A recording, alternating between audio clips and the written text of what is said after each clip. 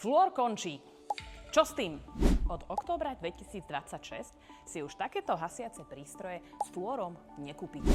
A od roku 2030 už ich nebudeš môcť použiť ani na tréning. Norma Európskej únie je jasná, flór v hasiacich prístrojoch končí. Ale neboj sa, nič sa nedeje zo dňa na deň. Stále máš čas sa pripraviť a tu sú 3 kroky, čo môžeš urobiť. Krok 1. Zmapuj, kde všade máš hasiace prístroje s flórom. Krok 2. Naplánuj si výmenu a nepanikár. Neopakuj rovnakú chybu a nekupuj hasiaci prístroj s flórom. Kúp už bez flóru. A máme je na našom e-shope. Krok 3.